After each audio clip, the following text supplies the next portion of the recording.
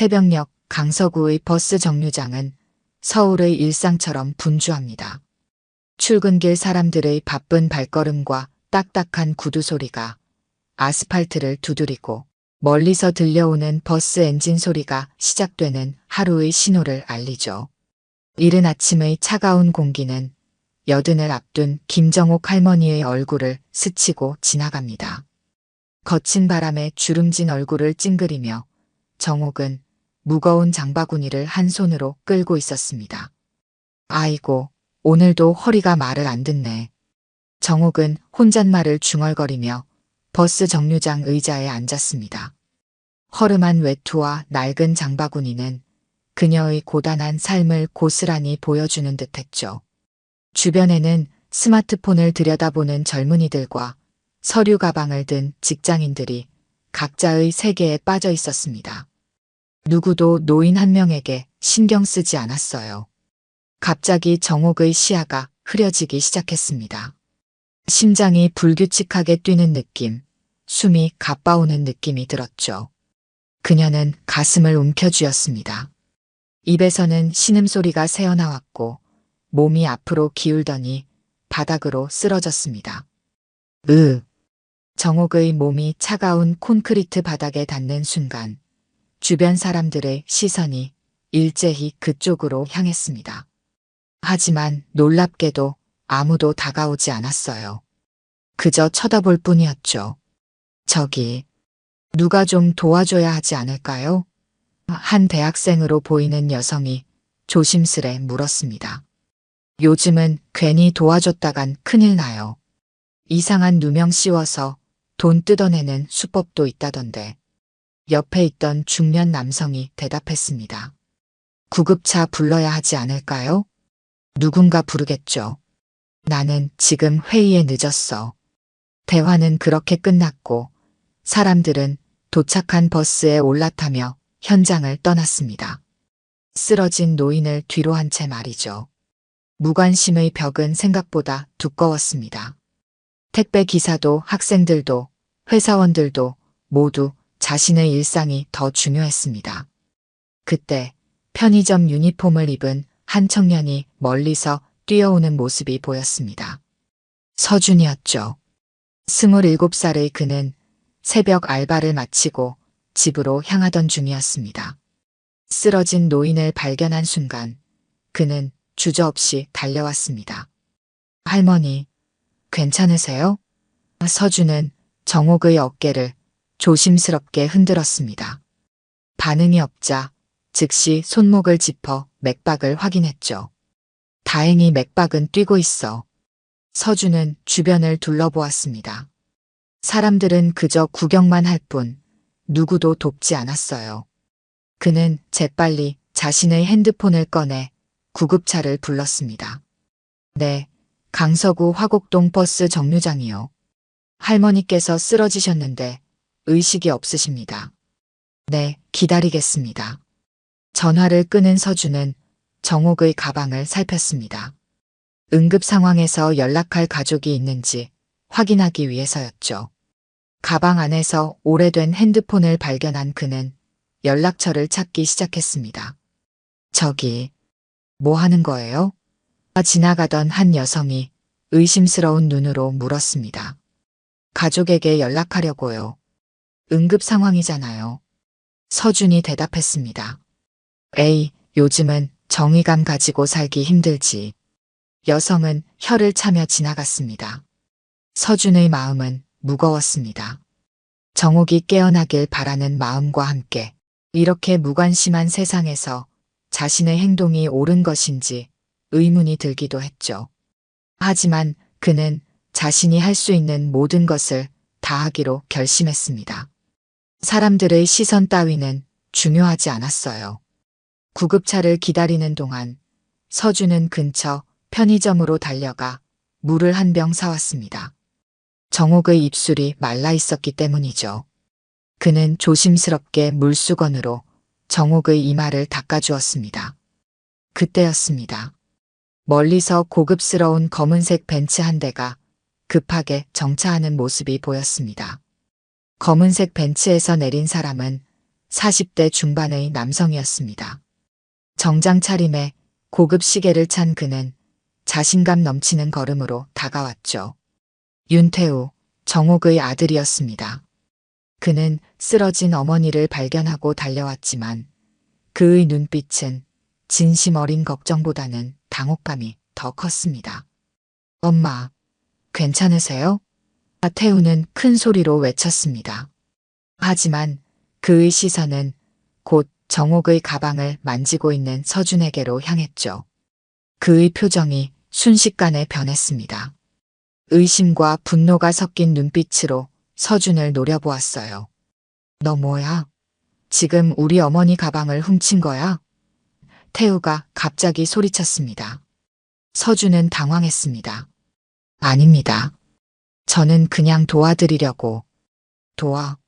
가방을 뒤지는 게 도와주는 거야? 태우의 목소리는 점점 더 커졌습니다. 여러분, 이 사람이 쓰러진 노인의 가방을 훔치려 했습니다. 태우의 외침에 주변 사람들이 다시 모여들기 시작했습니다. 이번에는 구경꾼들의 시선이 서준을 향했죠. 의심의 시선들이었습니다. 어쩐지 너무 착한 척하더라니. 누군가 중얼거렸습니다. 요즘 수법이 교묘해졌다더니 쓰러진 사람 가장에서 물건 훔치고. 서준은 사람들의 수군거림에 당혹스러웠습니다. 그의 마음은 급격히 무너져 내렸죠. 선의로 한 행동이 이렇게 오해받을 수 있다는 사실이 그를 아프게 했습니다. 정말 그런 게 아닙니다. 할머니께서 쓰러지셔서 가족에게 연락하려고. 서준이 필사적으로 해명했습니다. 말장난하지 마. 요즘 수법 다 알아. 태우는 단호하게 말했습니다. 그는 주머니에서 휴대폰을 꺼내 경찰에 전화했죠. 네, 지금 강서구 화곡동 버스 정류장입니다. 노인을 대상으로 한 소매치기가 있어요. 네, 현행범입니다. 서준의 얼굴이 창백해졌습니다. 이런 상황을 상상도 못했죠. 그는 단지 쓰러진 노인을 도와주려 했을 뿐인데 이제 범죄자 취급을 받고 있었습니다. 그의 머릿속은 혼란스러웠습니다. 떨리는 손으로 자신의 학생증을 꺼내 보였습니다. 저는 대학생입니다. 편의점에서 알바하고 있고요. 정말 도와드리려고 한 것뿐이에요. 하지만 태우는 들은 척도 하지 않았습니다. 그는 차가운 눈빛으로 서준을 내려다보며 말했습니다. 그런 말은 경찰에게 해. 내가 직접 봤어. 어머니 가방을 뒤지는 걸. 주변 사람들은 여전히 아무도 나서지 않았습니다. 오히려 그들의 시선은 서준을 의심하고 있었죠. 아니라고, 정말 아니라고 말하고 싶었지만 서준의 목소리는 점점 작아져만 갔습니다. 곧 경찰차 사이렌 소리가 들려왔습니다. 순찰차 한 대가 정류장 앞에 멈췄고 2명의 경찰관이 내렸습니다. 첫 번째 경찰은 정옥의 상태를 확인했고 두 번째 경찰은 서준에게 다가왔죠. 상황을 설명해 주시겠습니까? 경찰관이 물었습니다. 서준이 입을 열기도 전에 태우가 먼저 나섰습니다. 이 사람이 쓰러진 제 어머니의 가방을 뒤지고 있었어요. 제가 전화를 받고 와보니까 이렇게. 아닙니다. 서준이 급하게 말했습니다. 저는 새벽 알바를 마치고 집에 가던 중이었어요. 할머니께서 쓰러지신 걸 보고 달려와서 구급차도 불렀고 가족에게 연락하려고 가방을 확인한 것뿐입니다. 경찰관은 두 사람의 말을 번갈아 들으며 표정을 찌푸렸습니다. 복잡한 상황이었죠. 한편으로는 정옥의 상태가 걱정되는 상황에서 또 다른 한편으로는 범죄 혐의가 있는 상황이었으니까요. 구급차는 언제 오나요? 경찰관이 물었습니다. 그 순간 마치 기다렸다는 듯이 구급차 사이렌 소리가 들려왔습니다. 응급구조대가 빠르게 현장에 도착했고 정옥을 들것에 실었습니다. 구급대원들은 신속하게 상태를 체크하고 산소 마스크를 씌웠죠. 혈압이 많이 났습니다. 빨리 병원으로 이송해야 해요. 구급대원이 말했습니다. 제가 동행하겠습니다. 제 어머니예요. 태우가 나섰습니다. 경찰관은 서준을 향해 말했습니다. 당신도 같이 가야겠습니다. 상황을 명확히 해야 하니까요. 서준은 묵묵히 고개를 끄덕였습니다. 억울했지만 진실은 결국 밝혀질 거라고 믿었죠. 구급차 뒤로 경찰차가 따라붙었고 서준은 경찰관과 함께 타게 되었습니다. 창밖으로 보이는 도시의 풍경이 빠르게 지나갔습니다. 서준의 마음은 복잡했습니다. 단지 선의로 한 행동이 이렇게까지 오해받는 현실이 서글펐죠.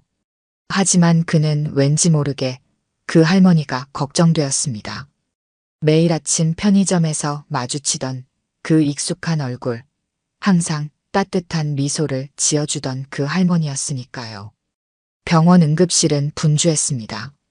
의료진들이 빠르게 움직이며 정옥을 응급처치실로 옮겼습니다. 태우는 의사와 이야기를 나누기 위해 따라갔고 서준은 주변 상황을 주시하며 경찰관과 함께 대기실에 앉았죠. 학생이라고 했지? 경찰관이 물었습니다. 네, 마지막 학기 재학 중이에요. 취업 준비하면서 편의점 알바를 하고 있습니다. 서준이 차분하게 대답했습니다. 그 할머니를 알아? 서준은 잠시 생각에 잠겼습니다. 그리고 그날 아침의 기억이 떠올랐죠. 비가 내리던 어느 날 편의점 앞 벤치에 앉아 계시던 정옥 할머니에게 우산을 씌워드렸던 일. 그리고 매일 아침 밥은 드셨어요? 하고 묻던 자신의 모습. 네, 압니다. 제가 일하는 편의점 근처에 사시는 분이에요. 매일 아침 인사 나누는 사이였죠. 경찰관은 고개를 끄덕였습니다. 그래서 도와준 거구나. 당연하죠. 누구든 그렇게 했을 겁니다. 서준의 목소리에는 확신이 담겨 있었습니다. 그때 응급실에서 소란이 일어났습니다. 의료진들이 긴급하게 움직이는 소리가 들렸죠. 서준과 경찰관은 자리에서 일어나 응급실 쪽을 바라보았습니다. 얼마 지나지 않아 태우가 창백한 얼굴로 나왔습니다. 심장에 문제가 있으신 것 같아요. 지금 검사 중입니다. 태우가 말했습니다. 그의 표정은 걱정보다는 당혹감이 더 컸죠. 그 순간 한 여성이 급하게 병원 로비로 들어왔습니다. 그녀는 고급스러운 옷차림과 화려한 액세서리를 한 40 초반의 여성이었죠. 박미라, 태우의 아내였습니다. 여보, 어머니 어떠세요? 미라가 다급하게 물었습니다. 검사 중이야. 아직 정확한 건 모르겠어. 태우가 대답했습니다. 미라는 주변을 둘러보다가 서준과 경찰관을 발견했습니다. 저 사람은 누구예요? 그녀가 서준을 가리키며 물었습니다. 어머니 가방을 뒤지던 놈이야. 경찰이 조사 중이야. 태우의 대답은 단호했습니다. 미라의 눈이 커졌습니다. 뭐라고요? 그럼 어머니 통장도 확인해봐야 하는 거 아니에요? 요즘 노인 대상 범죄 많다던데. 서준은 가슴이 찢어지는 듯한 느낌이었습니다. 그의 선의가 이렇게 왜곡되고 있었죠. 하지만 그는 침착하게 자신의 감정을 다스렸습니다. 진실은 반드시 밝혀질 것이라 믿었으니까요. 시간이 천천히 흘렀습니다. 응급실에서 의사가 나왔고 태우와 미라에게 상황을 설명했습니다. 급성 심근경색 증상이 있었습니다. 다행히 빨리 발견되어 위험한 상황은 넘겼지만 면밀한 검사가 필요합니다. 태우와 미라는 의사의 설명을 들으며 안도의 한숨을 내쉬었습니다. 하지만 그들의 표정에는 묘한 긴장감이 있었죠. 지금 면회 가능하신가요? 태우가 물었습니다. 네, 잠시 의식을 되찾으셨습니다. 하지만 너무 오래 말씀 나누지는 마세요. 의사가 대답했습니다. 태우와 미라는 서둘러 응급실로 향했습니다. 경찰관은 서준에게 말했습니다. 잠시 기다려보자. 할머니께서 깨어나시면 상황이 명확해질 거야. 서준은 고개를 끄덕였습니다. 그의 마음 한 구석에는 여전히 불안감이 자리 잡고 있었지만 정옥이 무사하다는 소식에 안도했죠. 그는 조용히 기도했습니다. 정옥이 빨리 회복되기를, 그리고 이 오해가 풀리기를. 응급실에서는 태우와 미라가 정옥의 침대 옆에 서 있었습니다.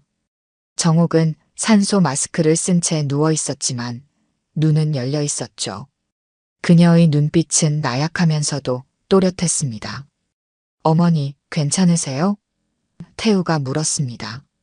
정옥은 천천히 고개를 돌려 아들을 바라보았습니다. 그리고 희미하게 미소 지었죠. 하지만 그 미소 뒤에는 복잡한 감정이 숨겨져 있었습니다. 그 아이. 정옥이 힘겹게 말했습니다. 그 아이가 어디 있니? 어떤 아이요, 어머니? 미라가 물었습니다. 나를 도와준 아이. 편의점 아이. 정옥의 목소리는 작았지만 확실했습니다. 태우와 미라는 서로를 바라보았습니다. 당황한 기색이 역력했죠. 어머니, 그 아이가 어머니 가방을 뒤지고 있었어요. 제가 봤어요. 태우가 말했습니다. 정옥은 천천히 고개를 저었습니다. 아니다. 그 아이. 나 살려줬어. 그 순간 방 안의 공기가 무거워졌습니다. 태우의 얼굴이 굳어졌고 미라는 입술을 깨물었죠. 정옥의 말은 그들의 예상과 달랐습니다. 그리고 그것은 오해의 시작이었을지도 모릅니다. 응급실 밖 대기실에서 서준은 여전히 경찰관과 함께 앉아 있었습니다. 마음은 불안했지만 그는 묵묵히 상황이 해결되기를 기다렸죠. 그때 응급실 문이 열리고 의사가 나왔습니다. 그의 뒤로 태우와 미라가 따라 나왔죠. 그들의 표정이 묘하게 변해 있었습니다. 경찰관님, 잠시 이야기 좀 할 수 있을까요? 의사가 경찰관을 부르며 말했습니다. 경찰관은 자리에서 일어나 의사에게 다가갔습니다. 그들은 작은 목소리로 대화를 나누었죠. 태우와 미라는 멀찍이 서서 불안한 눈빛을 주고받았습니다. 서준은 그 모습을 지켜보며 무슨 일이 일어났는지 궁금해했습니다. 잠시 후 경찰관이 서준에게 다가왔습니다. 그의 표정이 조금 누그러져 있었죠. 김정옥 할머니께서 깨어나셨어. 경찰관이 말했습니다. 할머니께서 내가 도와주었다고 하셨어. 서준의 얼굴에 안도의 표정이 번졌습니다. 정말요? 다행이네요. 경찰관은 잠시 생각에 잠겼다가 말을 이었습니다. 하지만 아직 상황이 완전히 정리된 건 아니야. 좀 더 조사가 필요해. 태우가 경찰관에게 다가왔습니다. 그의 목소리는 낮고 긴장되어 있었습니다. 어머니가 지금 정신이 혼미하신 상태입니다. 의사 선생님도 그렇게 말씀하셨어요. 그 말을 그대로 믿기는 어렵습니다. 의사가 고개를 저었습니다. 저는 그런 말을 한 적이 없습니다. 오히려 김정옥님은 상황을 꽤 명확하게 인지하고 계셨어요.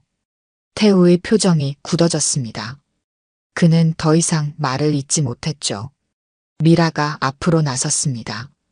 어쨌든 우리는 가족입니다. 우리가 어머니를 책임질 거예요. 그때였습니다. 응급실에서 간호사가 급하게 나왔습니다. 김정옥님께서 청년분을 찾으십니다. 지금 면회를 원하세요. 모두의 시선이 서준에게 향했습니다. 경찰관은 고개를 끄덕였고 서준은 천천히 자리에서 일어났습니다. 태우와 미라는 당혹스러운 표정으로 서로를 바라보았죠. 서준이 응급실로 들어가자 정옥은 산소 마스크를 쓴 채 침대에 누워 있었습니다. 그녀의 눈은 피곤해 보였지만 서준을 발견하자 밝아졌죠. 서준은 조심스럽게 침대 곁으로 다가갔습니다. 할머니, 괜찮으세요? 서준이 부드럽게 물었습니다. 정옥은 천천히 고개를 끄덕였습니다. 그리고는 힘겹게 마스크를 내리며 말했습니다. 그 아이, 내 목숨 구했어. 간호사가 서둘러 다가와 마스크를 다시 올려주었습니다. 너무 말씀하지 마세요. 안정이 필요하십니다. 정옥은 간호사의 손을 잡으며 말했습니다. 이 아이 착한 아이야. 매일 아침 나한테 밥 먹었냐고 물어봐주는. 서준의 눈가가 뜨거워졌습니다. 정옥이 자신을 기억해주고 있다는 사실이 가슴 깊은 곳을 울렸죠. 그는 정옥의 손을 조심스럽게 잡았습니다. 걱정 마세요, 할머니. 이제 괜찮을 거예요. 그 순간 태우와 미라가 응급실로 들어왔습니다. 의사와 경찰관도 뒤따라 들어왔죠. 정옥은 아들을 보자 표정이 변했습니다. 그녀의 눈빛이 날카로워졌습니다. 넌 왜 왔니? 정옥이 태우를 향해 물었습니다. 그녀의 목소리는 약했지만 분명했죠. 태우는 당황한 듯 눈을 깜빡였습니다. 어머니, 당연히 와야죠. 어머니께서 쓰러지셨다는데. 정옥은 쓴웃음을 지었습니다. 코인 날리고 4명의 뺐을 때는 연락 없더니. 방 안의 공기가 얼어붙었습니다. 경찰관과 의사는 놀란 표정으로 서로를 바라보았고 서준은 어색한 상황에 어찌할 바를 모르겠다는 듯 서 있었습니다. 미라가 급하게 나섰습니다.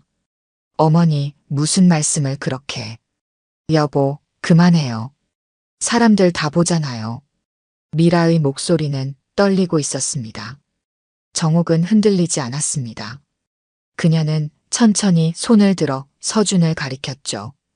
이 아이는 나를 사람으로 대해준 유일한 사람이야. 매일 아침, 추운 날에도, 비 오는 날에도 나한테 인사해주고 밥 챙겨 먹었는지 물어봐준 아이. 서준은 자신도 모르게 눈시울이 붉어졌습니다. 정옥의 말 한마디 한마디가 그의 가슴에 와닿았죠. 사실 그는 그저 평범한 인사를 건넸을 뿐인데 정옥에게는 그것이 큰 위로가 되었던 모양입니다. 경찰관이 태우에게 다가갔습니다. 죄송합니다만 이전 상황에 대해 오해가 있었던 것 같습니다. 서준 씨는 할머니를 돕기 위해 가방을 확인한 것으로 보입니다. 태우의 얼굴이 창백해졌습니다. 그는 말을 잇지 못했죠. 미라가 다시 나섰습니다. 어쨌든 이제 가족이 왔으니 저희가 어머니를 돌볼게요.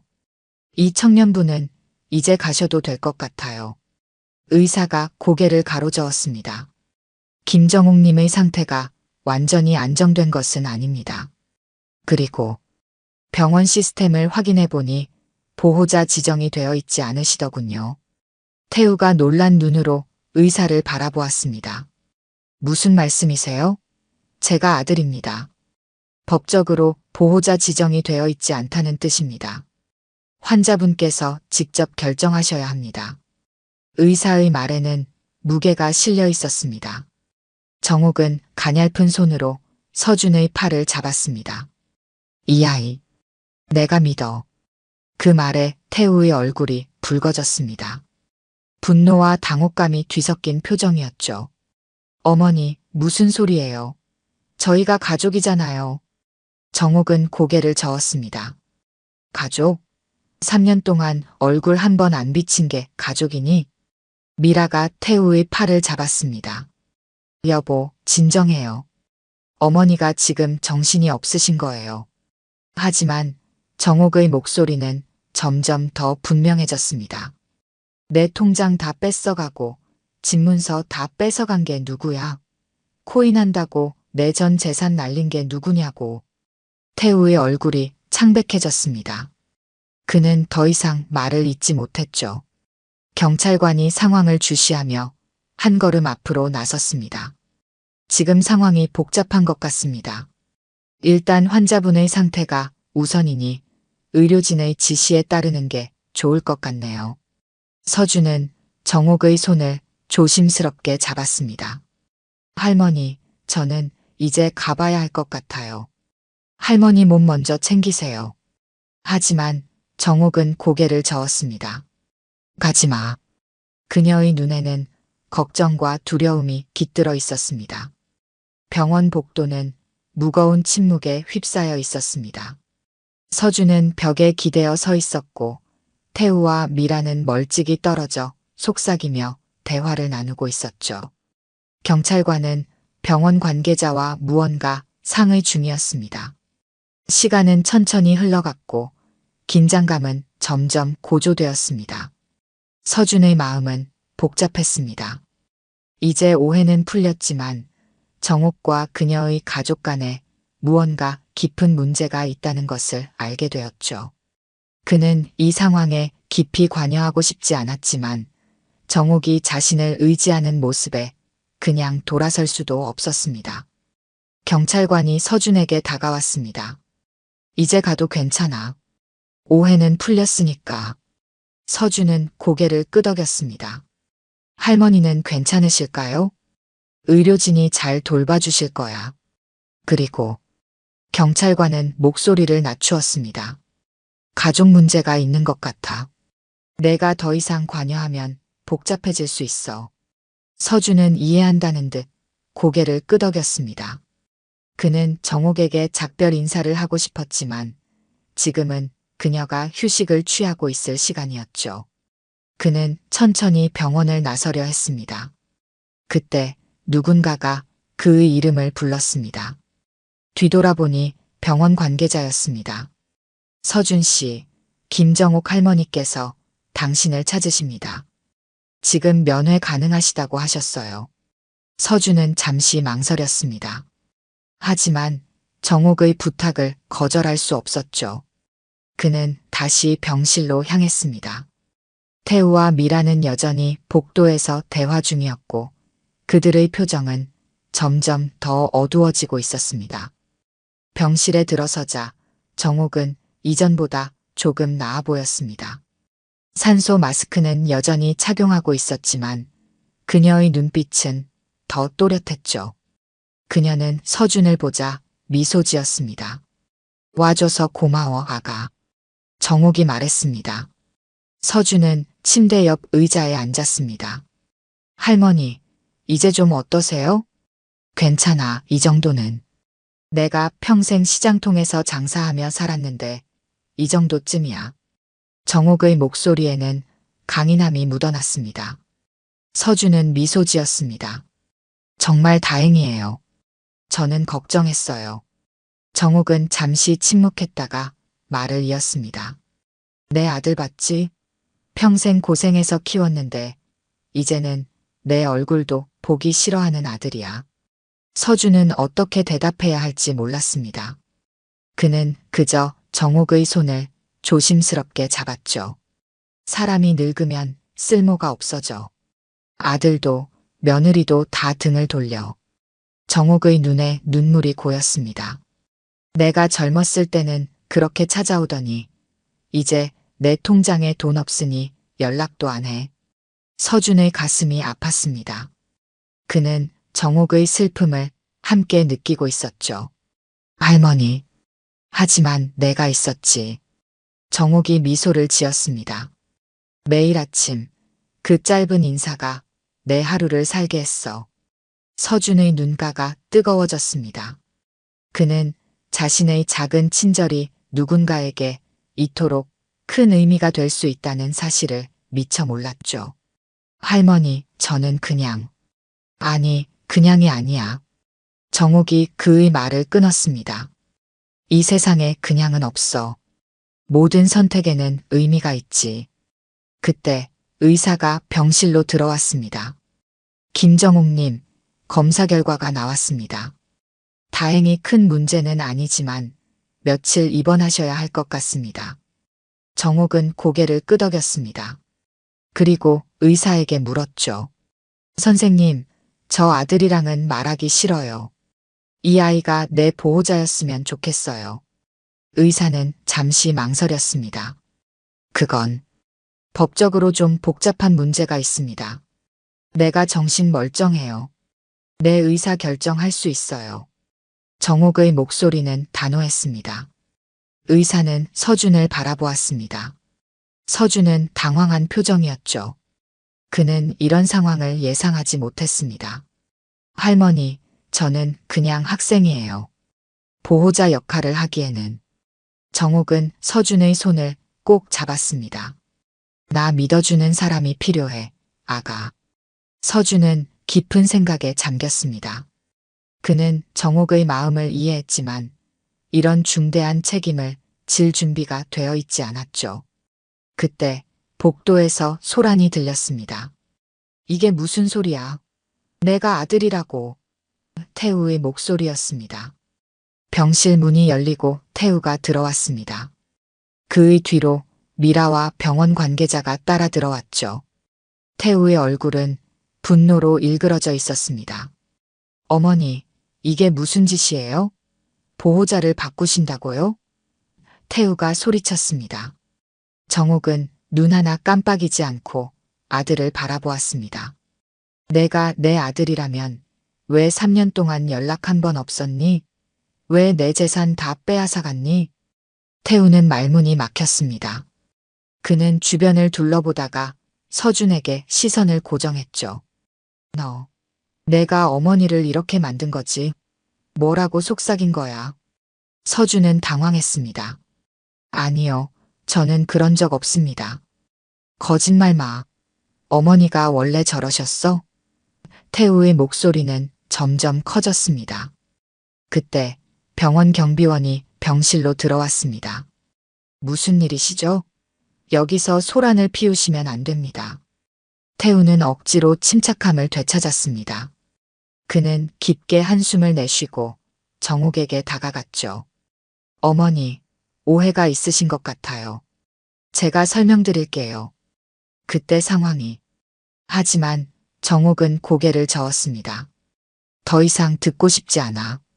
내가 내 통장에서 돈 빼간 것도, 집 문서 가져간 것도 다 알아. 이제 와서 무슨 말을 하려고? 미라가 앞으로 나섰습니다.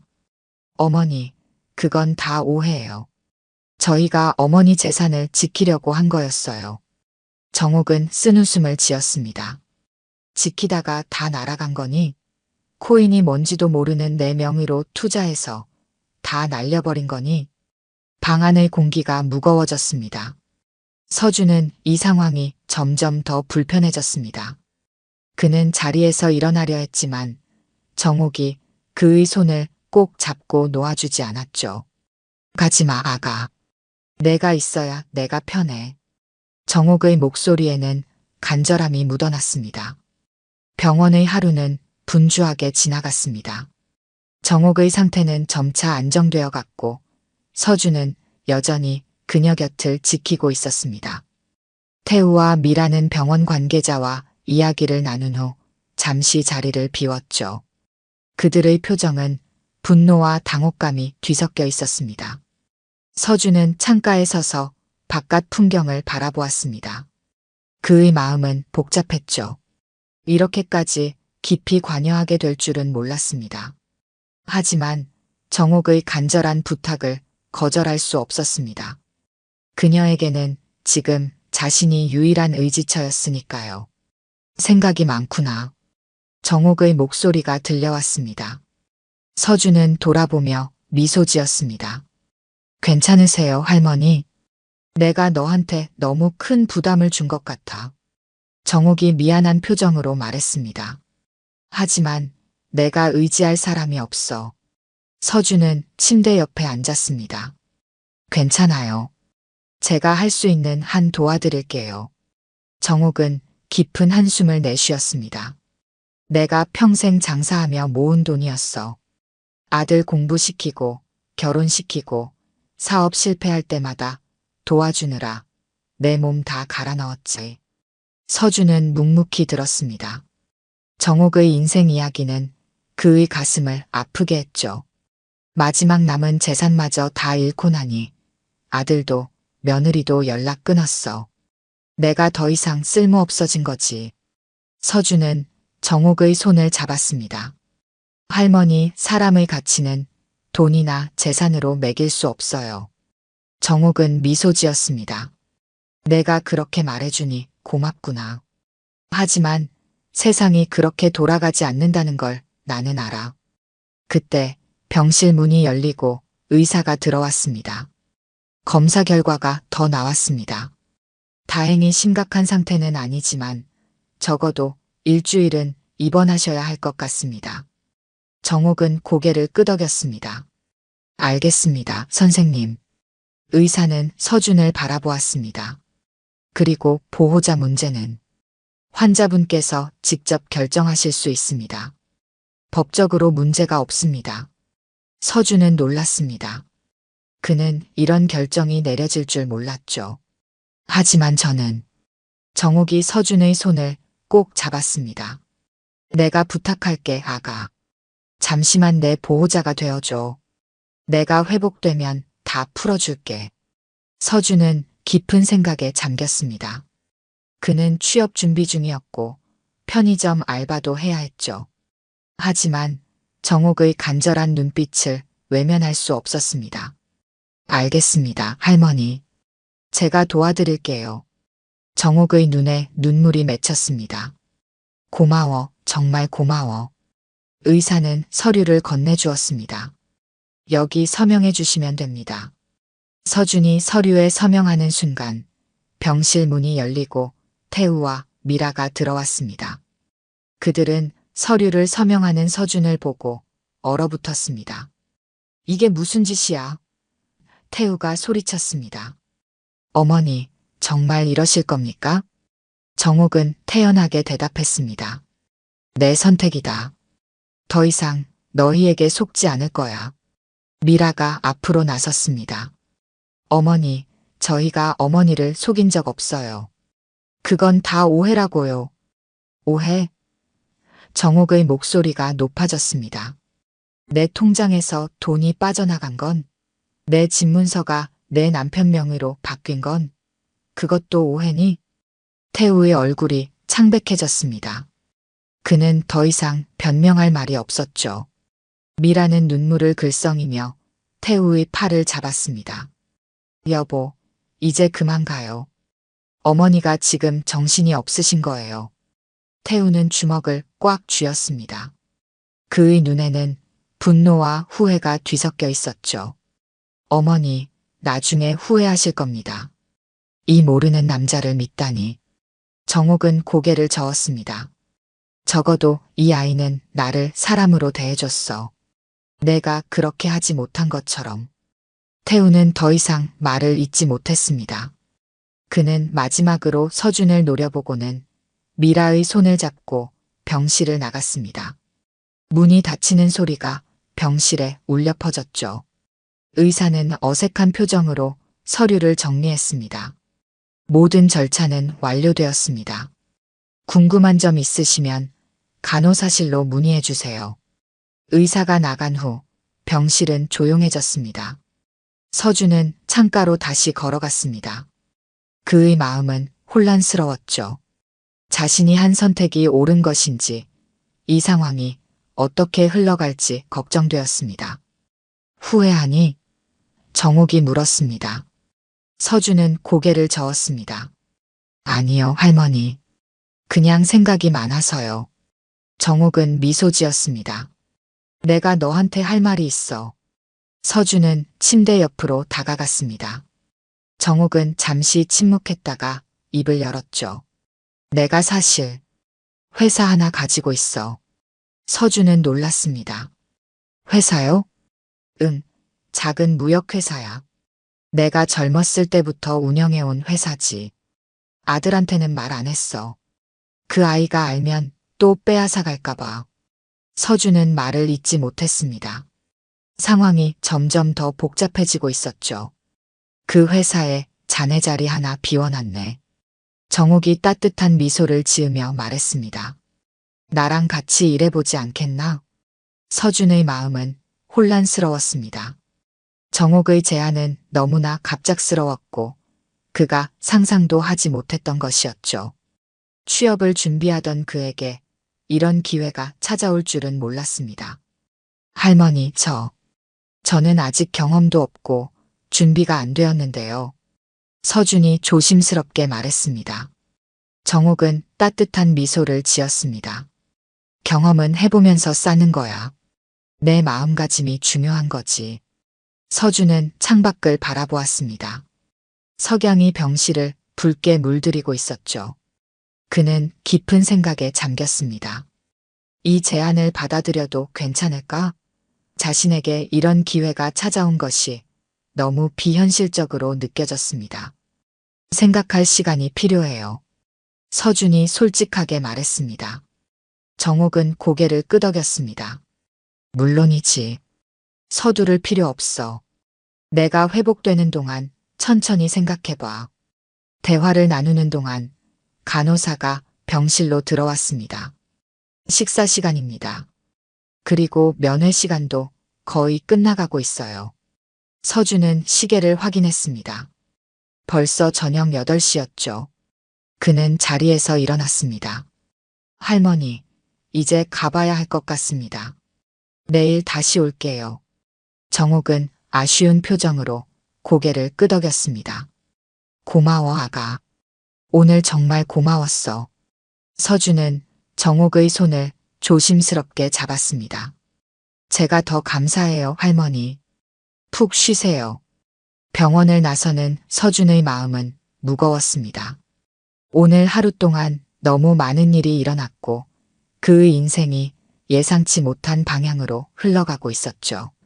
그는 집으로 향하는 버스에 몸을 실었습니다. 버스 창밖으로 도시의 밤 풍경이 흘러갔습니다. 서준은 오늘 있었던 일들을 되새겼습니다. 아침에 쓰러진 할머니를 도와준 단순한 행동이 이렇게 큰 파장을 일으킬 줄은 몰랐죠. 그는 정옥의 제안을 진지하게 고민해 보기로 했습니다. 집에 도착한 서준은 지친 몸을 소파에 던졌습니다. 오늘 하루는 마치 영화 한 편을 보는 것 같았죠. 그는 휴대폰을 꺼내 편의점 매니저에게 메시지를 보냈습니다. 내일 출근이 어려울 것 같다고 말이죠. 이게 다 뭐 하는 짓인가? 서준은 혼잣말을 중얼거렸습니다. 그때 휴대폰이 울렸습니다. 모르는 번호였죠. 서준은 의아한 마음으로 전화를 받았습니다. 여보세요? 서준 씨죠? 낯선 남성의 목소리가 들려왔습니다. 저는 정옥 상사 대표 김민수라고 합니다. 정옥 어머님께서 연락처를 주셔서 전화드렸습니다. 서준은 놀랐습니다.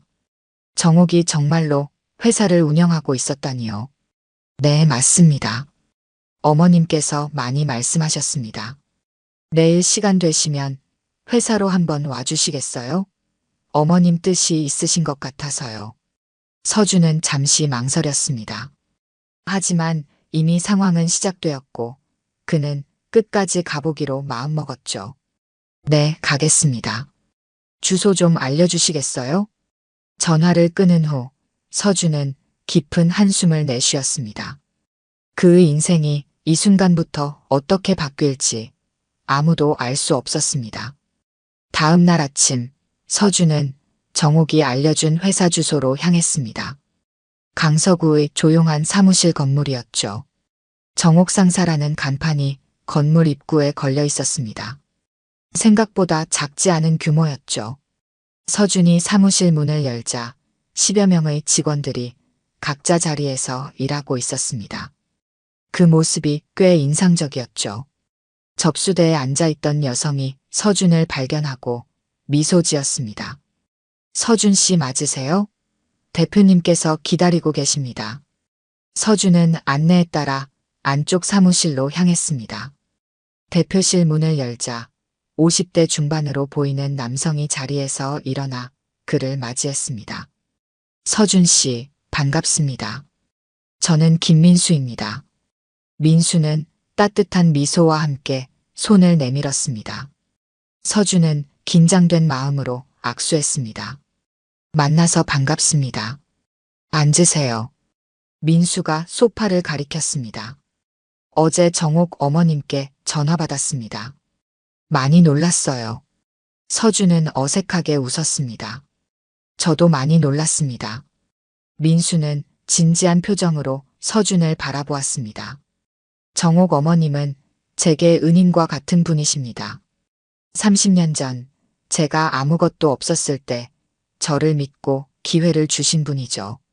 서준은 관심 있게 들었습니다. 정옥에 대해 더 알고 싶었죠. 어머님께서는 항상 사람을 보는 눈이 정확하셨어요. 그리고 어제 저에게 한 가지 부탁을 하셨습니다. 바로 서준 씨에게 자리를 마련해 달라고요. 서준은 당황했습니다. 저는 아직 경험도 없고, 민수는 고개를 저었습니다. 경험은 일하면서 쌓는 겁니다.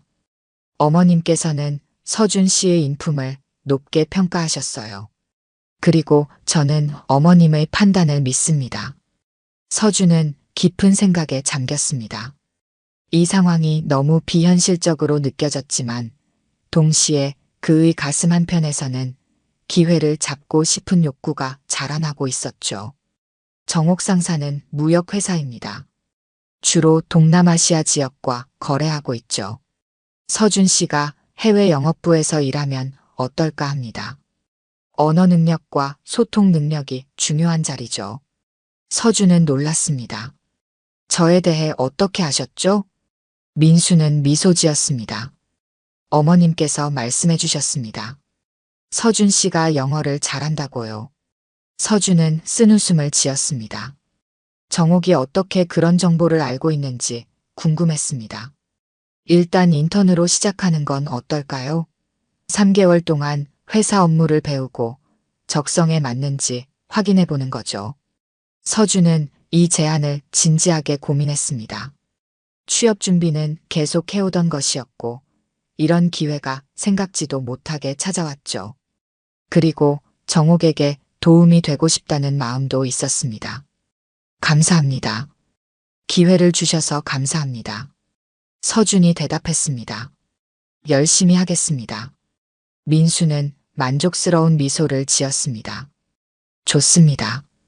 다음 주부터 출근하는 건 어떨까요? 그 전에 필요한 서류들을 준비해 주세요. 회사를 나온 서준은 병원으로 향했습니다. 정옥에게 이 소식을 전하고 싶었죠. 병실에 도착하자 정옥은 창가에 앉아 바깥 풍경을 바라보고 있었습니다. 그녀의 상태는 어제보다 훨씬 나아 보였습니다. 할머니, 서준이 반갑게 불렀습니다. 정옥은 서준을 보자 환하게 웃었습니다. 왔구나, 아가. 방금 정옥 상사에 다녀왔어요. 김민수 대표님을 만났습니다. 서준이 말했습니다. 정옥의 눈이 반짝였습니다. 어떻게 생각하니? 서준은 잠시 망설이다가 환하게 웃었습니다. 다음 주부터 출근하기로 했어요. 정옥은 기쁨에 찬 표정으로 서준의 손을 잡았습니다. 정말? 그럼 우리 이제 같이 일하는 거네. 네, 할머니. 제가 열심히 배워볼게요. 정옥의 눈에 눈물이 고였습니다. 내가 평생 키워온 회사야. 좋은 사람들과 함께 일해왔지. 내가 그곳에서 잘 적응했으면 좋겠구나. 서준은 정옥의 손을 꼭 잡았습니다. 할머니 덕분에 이런 기회를 얻게 되어 정말 감사해요. 그때 병실 문이 열렸습니다. 의사가 들어왔죠. 좋은 소식이 있습니다. 검사 결과가 더 좋아졌어요. 앞으로 사흘만 더 지켜보면 퇴원하실 수 있을 것 같습니다. 정옥과 서준은 기쁜 표정으로 서로를 바라보았습니다. 어려운 시간을 지나 이제 새로운 시작이 그들을 기다리고 있었죠. 석 달 후 강서구의 아침은 여느 때와 다름없이 분주했습니다. 하지만 서준에게는 모든 것이 새롭게 느껴졌죠. 그는 깔끔한 셔츠 차림으로 정옥 상사로 향했습니다. 이제 인턴 기간이 끝나고 정식 사원으로 첫 출근하는 날이었습니다. 회사 로비에 들어서자 직원들이 반갑게 그를 맞이했습니다. 석 달 동안 서준은 빠르게 회사에 적응했고 동료들의 신뢰를 얻었죠. 그의 성실함과 배움에 대한 열정은 모두에게 인정받았습니다. 축하해요, 서준 씨. 회사 동료 지은이 미소 지으며 말했습니다. 이제 공식적으로 우리 직원이네요. 서준은 쑥스러운 미소를 지었습니다. 감사합니다. 앞으로 더 열심히 하겠습니다. 그의 책상 위에는 작은 선물 상자가 놓여 있었습니다. 카드가 함께 있었죠. 새로운 시작을 축하합니다. 마이너스 정옥 드림. 서준의 가슴이 따뜻해졌습니다. 정옥은 퇴원 후 건강을 회복했고 이제는 일주일에 2번 정도 회사에 와서 업무를 확인했죠. 그녀는 서준의 성장을 지켜보며 뿌듯해했습니다. 오전 회의가 시작되었습니다. 민수 대표가 모든 직원들 앞에서 서준을 소개했죠. 오늘부터 서준 씨가 정식 직원으로 우리와 함께합니다. 그동안 인턴으로 보여준 열정과 성실함이 인상적이었습니다. 앞으로도 많은 응원 부탁드립니다. 박수 소리가 회의실에 울려 퍼졌습니다. 서준은 감사의 인사를 전했고 더욱 열심히 하겠다고 약속했습니다. 회의가 끝난 후 서준은 자신의 자리로 돌아와 업무를 시작했습니다. 그때 휴대폰으로 메시지가 왔습니다. 정옥이었죠. 오늘 점심 같이 먹자. 내가 맛있는 거 사줄게. 서준은 미소 지으며 답장을 보냈습니다. 네, 할머니. 정말 감사합니다. 시간이 흘러 점심시간이 되었습니다. 서준은 회사 근처 작은 식당에서 정옥을 만났습니다. 그녀는 예전보다 건강해 보였고 표정도 밝았죠. 우리 애가 정말 멋지네. 정옥이 서준을 보며 미소 지었습니다. 정식 직원이 된 걸 축하해. 서준은 쑥스럽게 웃었습니다. 다 할머니 덕분이에요. 아니야. 내 노력이 가장 컸지. 정옥은 진지하게 말했습니다. 이 3달 동안 내가 얼마나 열심히 했는지 모두가 알아. 그들은 따뜻한 음식을 먹으며 이야기를 나눴습니다. 회사 일, 서준의 미래 계획, 그리고 그동안 있었던 소소한 일상까지. 마치 진짜 가족처럼 편안한 시간이었죠. 아들 소식은 어때요?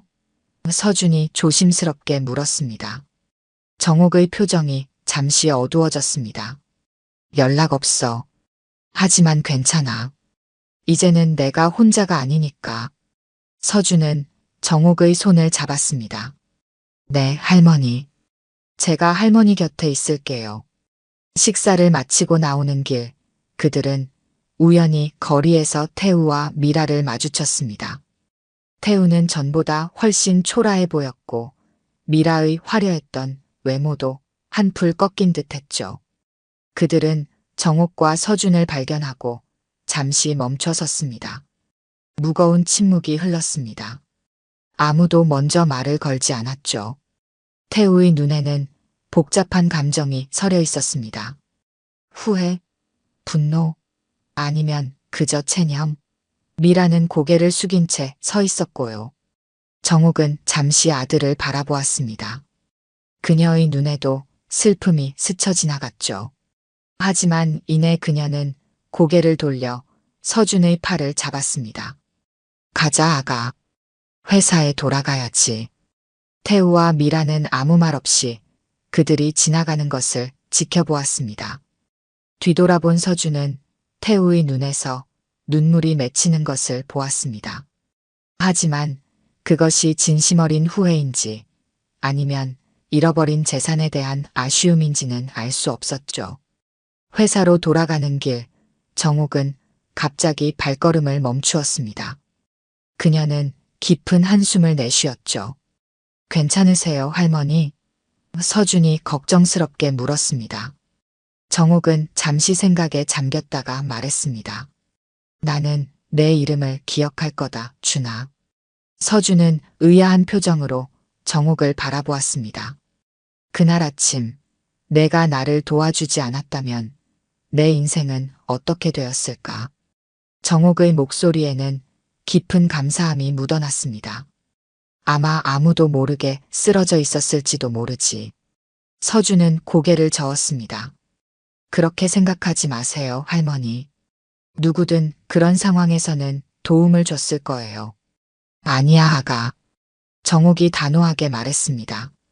그날 아무도 나를 돕지 않았어. 너만 빼고.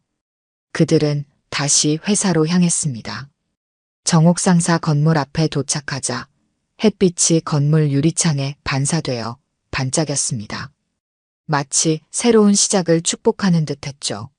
로비에 들어서자 정옥은 벽에 걸린 액자를 가리켰습니다. 방금 새로 걸린 것 같았죠. 청렴 정직정의 새 단어가 새겨져 있었습니다. 우리 회사의 새 모토야. 정옥이 설명했습니다. 내가 보여준 가치에서 영감을 받았지. 서준은 감동했습니다. 자신의 작은 행동이 이렇게 큰 영향을 미치다니 믿기지 않았죠. 엘리베이터를 타고 올라가면서 서준은 혼잣말처럼 중얼거렸습니다. 그날 안 도왔으면 내 인생도 달라졌겠죠. 정옥은 그의 손을 꼭 잡았습니다. 우리 모두의 인생이 달라졌어, 아가. 작은 친절이 세상을 바꿀 수 있다는 걸 내가 증명했으니까. 엘리베이터 문이 열리고 그들은 함께 사무실로 향했습니다. 이제 그들에게는 새로운 하루, 새로운 미래가 기다리고 있었습니다. 한 사람의 선한 선택으로 시작된 이야기는 더 큰 선함으로 이어지고 있었죠. 그리고 서울의 어느 버스 정류장에서 또 다른 누군가가 도움이 필요한 일을 위해 손을 내밀고 있었습니다. 변하지 않는 것은 없습니다. 다만 변화의 시작은 언제나 누군가의 작은 용기에서 비롯되는 법이죠. 오늘 들려드린 이야기가 여러분의 마음에 작은 울림이 되었기를 바랍니다. 이야기가 좋으셨다면 좋아요와 구독 부탁드려요.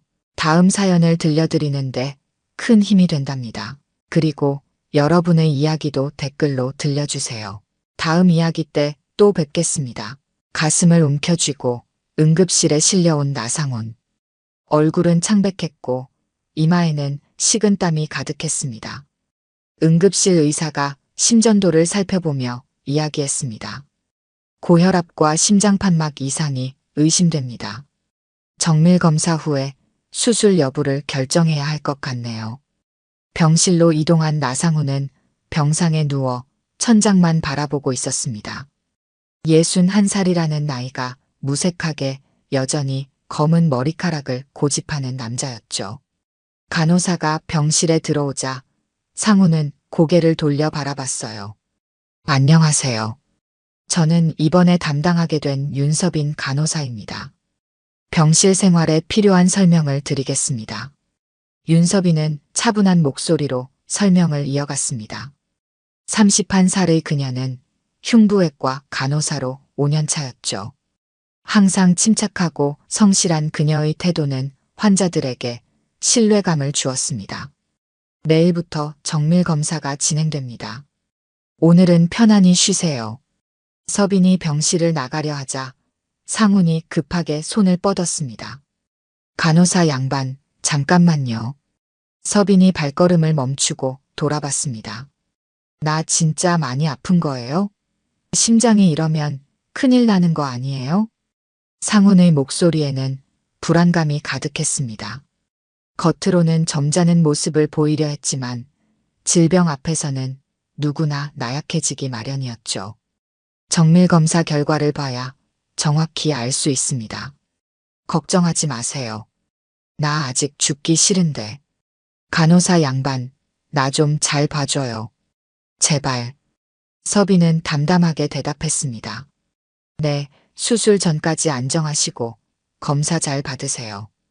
필요한 것 있으면 호출 버튼 누르시면 됩니다. 병실을 나오며 서빈은 차트를 확인했습니다. 나상훈, 61세, 고혈압, 심장판막 이상 의심. 그저 평범한 환자 정보였지만 왠지 이름이 낯설지 않게 느껴졌어요. 서빈은 고개를 저으며 다른 환자 병실로 향했습니다. 다음 날 정밀 검사가 진행됐습니다. 상훈은 여러 검사 기계 앞에서 어린아이처럼 불안해했죠. 이거 아프지 않죠? 괜찮은 거죠? 내가 심장이 안 좋으니까 조심해야 하지 않을까요? 검사가 끝난 후 의사는 상훈에게 수술이 필요하다고 설명했습니다. 판막 수술은 꽤 위험한 대수술이었죠. 상훈의 얼굴이 하얗게 변했습니다. 수술이요? 꼭 해야 하나요? 다른 방법은 없나요? 현재 상태로는 수술이 최선입니다. 일주일 후로 잡아두었으니 준비하세요. 의사가 나간 뒤 서빈이 병실에 들어왔습니다. 상훈은 마치 구원자를 본 듯 그녀를 바라봤어요. 간호사님, 저 수술한다는데 괜찮을까요? 많이 위험하대요. 나 무서워요. 서빈은 전문적인 표정을 유지하며 대답했습니다. 수술에는 항상 위험이 따르지만 의사 선생님들이 최선을 다할 겁니다. 수술 전까지 상태를 잘 관리하는 게 중요해요. 서빈은 상훈의 활력 징후를 체크하며 담담하게 말을 이었습니다. 수술 날짜까지 여러 준비가 필요합니다. 내일부터 차근차근 준비할게요. 상훈은 여전히 불안한 눈빛으로 서빈을 바라봤습니다. 서빈은 그런 상훈의 모습이 어딘지 모르게 낯설지 않게 느껴졌어요. 마치 오래전부터 알고 있었던 사람처럼 말이죠. 병실 문을 열고 들어선 서빈은 잠시 걸음을 멈췄습니다. 나상훈은 창밖을 바라보며 한숨을 내쉬고 있었죠. 서빈은 조용히 다가가 체온계를 내밀었습니다. 체온 측정할 시간이에요. 상훈은 깜짝 놀라 고개를 돌렸습니다. 아이고, 놀랐네. 그냥 들어오지 말고 노크라도 하고 들어오지.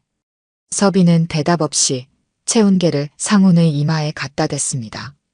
평소와 다르게 서빈의 눈빛은 복잡해 보였어요. 어젯밤 서빈은 환자 기록을 자세히 살펴보았습니다. 나상훈. 이름이 낯설지 않았던 이유가 서서히 명확해졌죠. 혹시 가족은 없으세요? 서빈의 질문에 상훈은 의아한 표정을 지었습니다. 왜요? 수술 동의서 때문에 물어보는 건가요? 네. 수술 전 준비 과정에서 보호자가 필요할 수도 있어서요. 상훈은 가볍게 웃으며 대답했습니다. 아, 나 혼자예요. 평생 독신으로 살았지. 어릴 적 여자 하나 있었는데. 상훈은 잠시 말을 멈추더니 시선을 창밖으로 돌렸습니다. 애 낳았단 말 들은 적은 있지. 근데 뭐 그땐 젊었고 내 꿈도 있었고 지금 생각해보면 어리석었지만 서빈의 손이 미세하게 떨렸습니다. 어머니가 남긴 유언이 떠올랐죠. 30번째 생일에 받은 편지 속 내용. 내 아버지의 이름은 나상훈이다. 그 사람을 미워하지 마라. 서빈은 감정을 억누르며 활력 징후를 기록했습니다. 서빈의 어머니는 작년에 세상을 떠났어요. 마지막까지 혼자서 딸을 키웠죠. 그리고 죽기 직전 아버지의 이름을 알려주었습니다. 다른 필요한 건 없으세요? 상훈은 고개를 저었습니다. 그런데 간호사님, 혹시 결혼하셨어요? 갑작스러운 질문에 서빈은 잠시 굳었습니다. 아직이요. 참 좋을 때네. 나이가 몇이세요? 31살입니다. 상훈은 잠시 생각에 잠기더니 중얼거렸습니다. 31살. 나도 그 나이 때는 뭐가 뭔지 모르고 살았지. 서빈은 더 이상 대화를 이어가지 않고 자리를 떴습니다. 복도에서 동료 간호사 지나가 서빈을 불렀어요. 서빈아, 나상훈 환자 담당 바꿔줄까? 어제부터 내가 뭔가 이상해 보여. 서빈은 고개를 저었습니다. 아니, 괜찮아. 그냥 좀 피곤해서 그래. 진아는 서빈의 어깨를 토닥였습니다. 무슨 일 있으면 언제든 말해. 우리가 얼마나 오래 같이 일했는데. 서빈은 억지로 미소를 지었습니다. 이 상황을 어떻게 설명할 수 있을까요? 30년 전에 나를 버린 아버지가 지금 내 담당 환자가 됐어. 말도 안 되는 상황이었죠.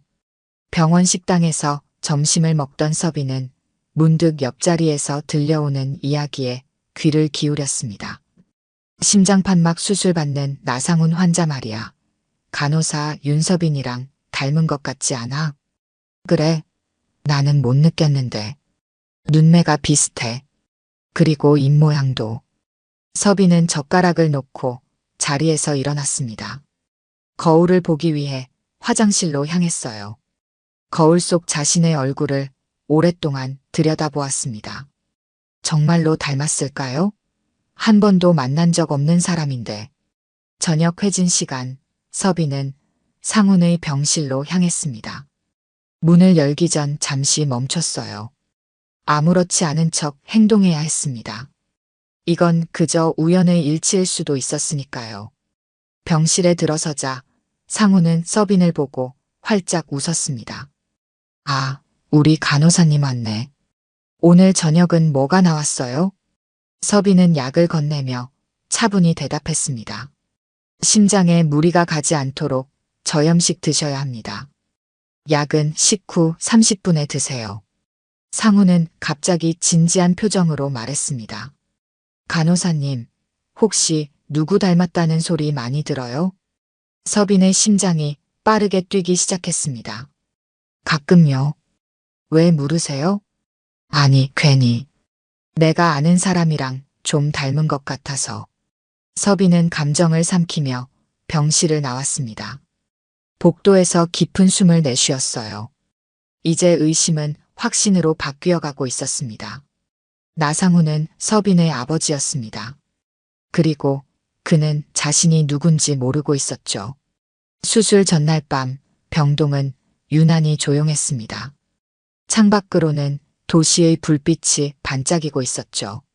서빈은 야간 근무 중이었습니다. 간호사 스테이션에서 차트를 정리하던 서빈은 나상훈의 병실에서 호출 버튼이 울리는 소리를 들었습니다. 서빈은 천천히 일어나 상훈의 병실로 향했습니다.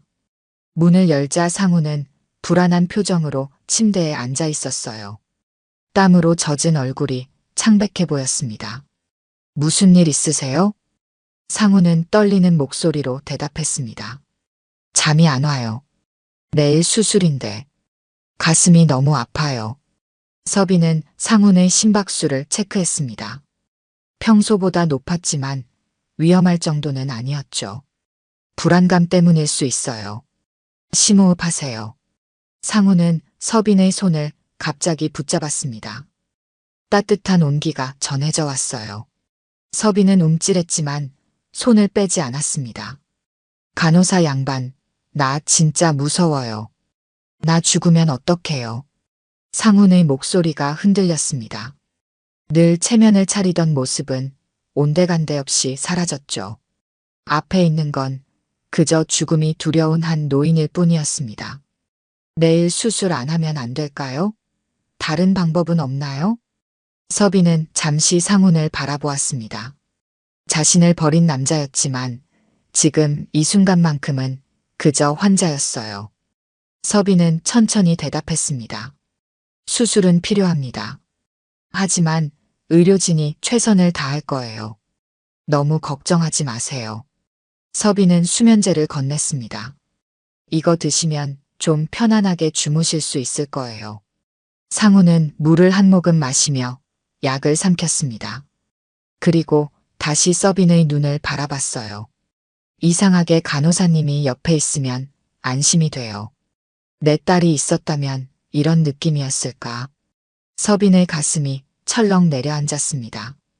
말없이 바라보다 자리에서 일어났어요. 좀 더 편안하게 누워보세요. 약이 금방 효과가 날 거예요. 병실을 나온 서빈은 복도 벽에 등을 기대었습니다. 심장이 빠르게 뛰었죠. 아버지라는 사람이 자신의 존재도 모른 채 옆에 있다는 게 얼마나 이상한 상황인지 실감이 나지 않았습니다. 서빈아, 괜찮아? 동료 간호사 진아가 다가왔습니다. 서빈은 황급히 표정을 정리했어요. 응, 괜찮아. 나상훈 환자가 좀 불안해서. 진아는 서빈의 어깨를 두드렸습니다. 내가 대신 볼까? 너 오늘 좀 힘들어 보여. 서빈은 고개를 저었습니다. 아니야, 내가 할게. 진아는 잠시 서빈을 바라보더니 말했습니다. 그 환자 아까 너랑 닮았다는 얘기하던데. 서빈의 손이 저절로 떨렸습니다. 그래? 응, 눈매랑 입술 모양이 비슷하다고. 혹시 친척 아니야? 서빈은 웃음으로 넘겼습니다. 우연의 일치겠지. 진아가 자리를 뜨자 서빈은 조용히 휴게실로 향했습니다. 창문 앞에 서서 밤하늘을 바라보았어요. 어머니의 목소리가 귓가에 맴돌았습니다. 내 아버지는 내가 임신했다는 말을 듣고 도망쳤어. 하지만 그를 미워하지 마라. 그도 자기 나름의 이유가 있었을 테니까. 어머니는 평생 혼자서 서빈을 키웠습니다. 한 번도 아버지에 대해 원망하는 말을 하지 않았죠. 하지만 서빈은 알고 있었습니다. 어머니가 얼마나 힘들게 살았는지. 휴게실에서 나와 다시 상훈의 병실로 향했습니다. 조용히 문을 열자 상훈은 깊이 잠들어 있었어요. 서빈은 상훈의 얼굴을 가만히 바라보았습니다. 정말 닮았을까요? 거울로 자신의 얼굴을 본 적은 많지만 이렇게 다른 사람의 얼굴에서 자신을 발견하는 건 처음이었습니다. 복도를 걸어가던 서빈은 문득 화장실로 향했습니다. 거울 앞에 서서 자신의 얼굴을 들여다보았어요. 그리고 눈물이 흘러내렸습니다. 31해 동안 한 번도 보지 못했던 아버지. 이제 와서 뭘 바라는 걸까요? 아무것도 바라지 않았습니다. 그저 이 상황이 너무 비현실적으로 느껴졌을 뿐이었죠. 서빈은 눈물을 닦고 다시 간호사 스테이션으로 돌아왔습니다. 내일은 상훈의 수술일이었어요. 서빈은 마음을 다잡았습니다. 어떤 일이 있어도 전문가로서 감정에 휘둘리지 않을 것이라고 다짐했습니다. 하지만 가슴 한구석에서는 여전히 복잡한 감정이 소용돌이쳤습니다. 버려진 딸로서의 서빈과 전문 간호사로서의 서빈 사이에서 균형을 찾기가 쉽지 않았습니다. 수술 당일 아침, 병원은 평소와 다름없이 분주했습니다. 서빈은 일찍 출근해 상훈의 수술 준비를 점검했죠. 마음속으로는 여전히 복잡한 감정이 소용돌이쳤지만 표정만큼은 평소와 같이 차분했습니다. 상훈의 병실로 향하는 발걸음이 평소보다 무거웠습니다. 문을 열자 상훈은 이미 깨어 있었어요. 창밖을 바라보며 깊은 생각에 잠겨 있었죠. 준비하셔야 합니다. 곧 수술실로 이동할 거예요. 상훈은 천천히 고개를 돌려 서빈을 바라봤습니다. 어제와는 다르게 조용한 목소리로 말했어요. 간호사님, 혹시 기도 같은 거 해주실 수 있나요? 서빈은 잠시 망설였습니다. 예상치 못한 요청이었어요. 저는 종교가 없습니다만 수술 잘 되길 바라는 마음은 있어요. 상훈이 작게 웃었습니다. 그것만으로도 충분해요. 고마워요. 수술 가운으로 갈아입고 소지품을 정리하는 동안 상훈은 가끔씩 서빈을 바라봤습니다. 마치 무언가 말하고 싶은 듯한 표정이었죠. 서빈은 묵묵히 준비를 도왔습니다. 다 됐습니다. 이제 스트레처로 옮기세요. 상훈이 스트레처에 누우자 서빈과 다른 간호사가 함께 수술실로 향했습니다. 복도를 지나는 동안 상훈의 얼굴은 점점 창백해졌어요. 손가락이 미세하게 떨리고 있었습니다. 괜찮으세요? 서빈이 물었습니다. 상훈은 억지로 미소를 지었어요. 아니, 진짜 무서워서 그래. 다들 내가 괜찮을 거라고 말하는데, 근데 만약에 안 괜찮으면 어떡하지? 내가 죽으면. 서빈은 침착하게 대답했습니다. 수술은 전문의들이 집도합니다. 걱정하지 마세요. 하지만 상훈의 불안은 가라앉지 않았습니다. 스트레처 위에서 손을 비비며 중얼거렸죠. 내가 그동안 잘못 살았나? 이렇게 아프게 되는 건가? 내가 사실 평생 혼자 살았어요. 가족도 없고, 내가 이렇게 죽으면 날 기억해줄 사람도 없을 텐데. 서빈은 묵묵히 스트레처를 밀며 수술실로 향했습니다. 상우는 계속해서 불안한 말들을 쏟아냈어요. 예전에 여자 하나한테 애 맡기고 도망쳤는데 걔 잘 컸을까 모르겠어. 요즘 가끔 생각나더라고. 내가 그때 좀 다르게 행동했다면. 서빈의 걸음이 멈췄습니다. 복도 한복판에서 스트레처가 갑자기 멈추자 상훈이 놀란 눈으로 서빈을 바라봤어요. 서빈의 얼굴은 굳어 있었습니다. 왜 그러세요? 무슨 일 있어요? 서빈은 천천히 스트레처 옆으로 다가갔습니다. 다른 간호사가 의아한 표정으로 바라보았지만 서빈은 아랑곳하지 않았어요. 서빈의 손이 상훈의 손을 붙잡았습니다. 따뜻했습니다. 30년간 한 번도 잡아보지 못한 아버지의 손이었죠. 환자분, 수술 전에 한 대 맞고 가셔야겠어요. 상훈의 눈이 커졌습니다. 서빈은 상훈의 뺨을 향해 손을 들었어요. 그리고 빠르게 내리쳤습니다. 뺨. 복도에 소리가 울렸습니다. 주변에 있던 의료진들이 모두 놀란 표정으로 쳐다봤어요. 상훈은 얼어붙은 채 서빈을 바라봤습니다. 서빈의 눈에서는 눈물이 흘러내리고 있었죠. 왜냐면 제가 그 딸이거든요. 시간이 멈춘 듯 했습니다. 상훈의 얼굴이 하얗게 변했어요. 입이 벌어졌지만 말은 나오지 않았습니다. 서빈은 떨리는 손으로 눈물을 닦았습니다. 윤서빈. 제 이름은 윤서빈입니다. 어머니 이름은 윤미라고요. 기억나세요? 30년 전에 버리고 간 여자와 아이. 상훈은 충격으로 말을 잇지 못했습니다. 서빈은 계속해서 말을 이었어요. 어머니는 작년에 돌아가셨어요. 돌아가시기 전에 아버지 이름을 알려주셨죠. 나상훈. 그리고 병원에 당신이 입원했을 때 이름을 보고 바로 알았어요. 복도는 정막에 휩싸였습니다. 다른 간호사들은 무슨 일인지 몰라 어리둥절한 표정이었죠. 상훈은 여전히 말 한마디 하지 못했습니다. 제가 태어나고 한 번도 찾아오지 않았죠. 어머니는 평생 혼자서 저를 키웠어요. 한 번도 당신을 원망하는 말을 하지 않으셨지만 얼마나 힘들었는지 저는 압니다. 서빈의 목소리가 떨렸습니다. 하지만 곧 전문가로서의 태도를 되찾았어요. 하지만 지금은 그런 얘기할 시간 없습니다. 수술실에 늦었어요. 서빈은 스트레처를 다시 밀기 시작했습니다. 상훈은 여전히 충격에서 벗어나지 못한 채 서빈을 바라봤어요. 입술이 떨리고 있었죠. 서빈아. 서빈은 대답하지 않았습니다. 다른 간호사의 도움을 받아 스트레처를 수술실로 옮겼어요. 수술실 문 앞에서 서빈이 마지막으로 상훈에게 말했습니다. 수술 잘 받으세요. 그리고 죽지만 마세요. 아직 할 얘기가 많으니까.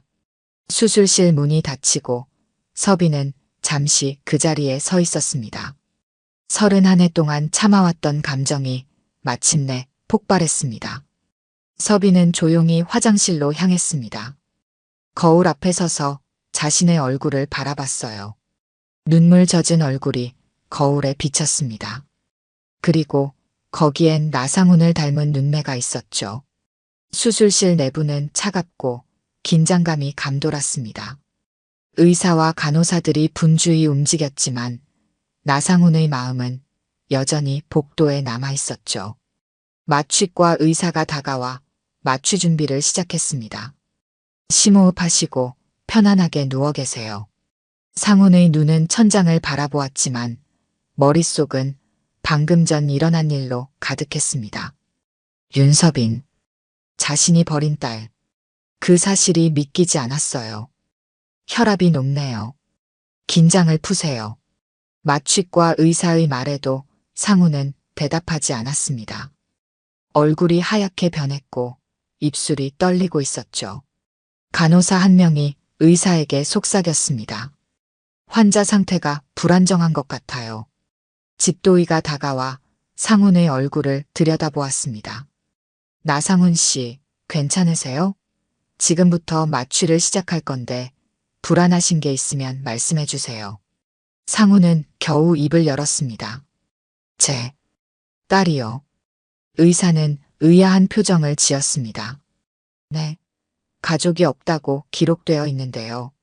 상훈의 눈에서 눈물이 흘러내렸습니다. 방금 복도에서 제 딸을 만났어요. 의료진들은 서로 눈빛을 교환했습니다. 수술 직전 환자의 정서적 동요는 좋지 않았어요. 마취과 의사가 재빨리 상황을 정리했습니다. 괜찮습니다. 지금은 마음을 편안하게 가지세요. 수술이 끝나면 충분히 시간이 있을 거예요. 마취 약물이 주입되고 상훈의 의식은 서서히 흐려졌습니다. 마지막으로 떠오른 생각은 서빈의 얼굴이었죠. 자신을 닮은 눈매, 그리고 그 뺨을 때렸을 때의 분노와 슬픔이 섞인 눈빛. 수술실 방, 서빈은 간호사 휴게실에 앉아 있었습니다. 손이 여전히 떨리고 있었어요. 동료 간호사 진아가 들어와 서빈의 어깨를 두드렸습니다. 무슨 일이야? 복도에서 환자 뺨을 때렸다면서? 너 징계 받을 수도 있어. 서빈은 고개를 들어 진아를 바라봤습니다. 붉어진 눈가가 모든 것을 말해주고 있었죠. 걔가 내 아버지야. 진아의 입이 벌어졌습니다. 뭐, 어떻게? 30년 전에 어머니를 버리고 간 남자야. 내가 태어난 것도 모르고 살았대. 오늘 수술 직전에 예전에 애 하나 버렸다는 말이 나와서 서빈의 말은 끝을 맺지 못했습니다. 진아는 아무 말 없이 서빈을 안아주었어요. 서빈은 진아의 품에서 울음을 터뜨렸습니다. 31해 동안 쌓아왔던 감정이 한꺼번에 쏟아져 나왔죠. 병원장 사무실에는 무거운 침묵이 흘렀습니다. 병원장은 창밖을 바라보며 한숨을 내쉬었어요. 윤서빈 간호사가 환자를 폭행했다는 보고를 받았습니다. 어떻게 된 일인지 설명해 주시겠어요? 수 간호사는 조심스럽게 말을 이었습니다. 특수한 상황이었습니다. 환자가 서빈 간호사의 친부였고 평생 서로 만난 적이 없었어요. 오늘 수술 직전에 서빈 간호사가 그 사실을 알게 되었습니다. 병원장은 안경을 벗고 눈을 비볐습니다. 그래도 환자를 폭행한 건 명백한 문제예요. 징계위원회를 열어야 할지도 모르겠네요. 수 간호사는 고개를 끄덕였습니다. 물론입니다. 하지만 서빈은 우리 병원에서 가장 성실한 간호사 중 한 명이에요. 이런 일이 처음이고 너무 특수한 상황이었습니다. 병원장은 잠시 생각에 잠겼습니다. 일단 수술이 끝날 때까지 지켜보죠.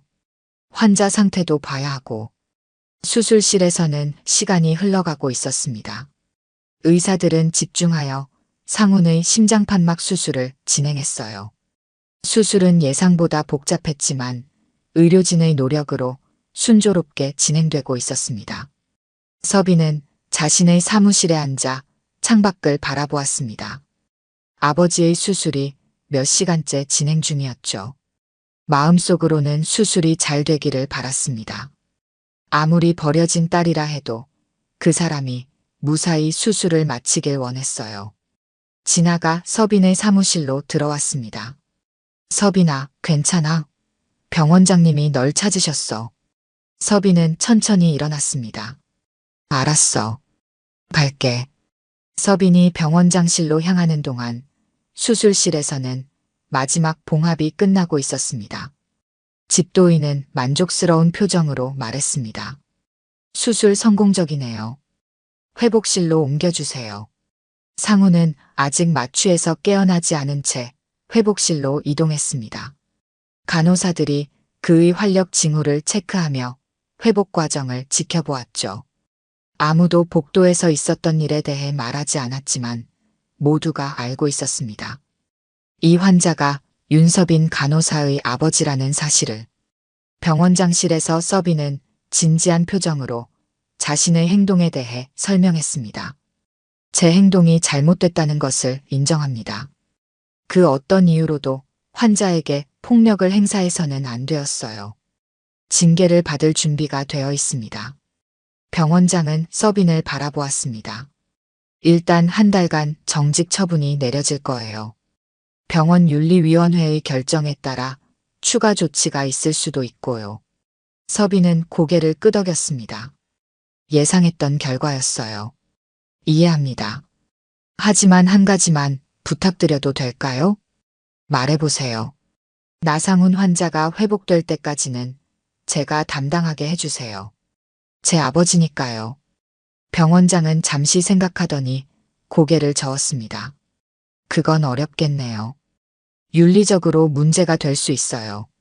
다른 간호사가 담당할 겁니다. 서빈은 입술을 깨물었지만 더 이상 말하지 않았습니다.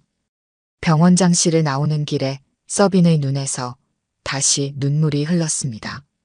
하지만 이번엔 조금 다른 눈물이었어요. 31해 동안 쌓아왔던 감정의 무게가 조금은 가벼워진 듯한 느낌이었습니다. 병실은 조용했습니다. 나상훈은 마취에서 깨어나 천장을 바라보고 있었죠. 몸 전체가 무거웠고 가슴에는 둔한 통증이 느껴졌습니다. 하지만 그보다 더 큰 아픔은 마음속에 있었어요. 담당 간호사가 병실에 들어와 상훈의 상태를 체크했습니다. 의식이 돌아오셨네요. 몸 상태는 어떠세요? 상훈은 힘겹게 입을 열었습니다. 괜찮아요. 그런데 윤서빈 간호사는요?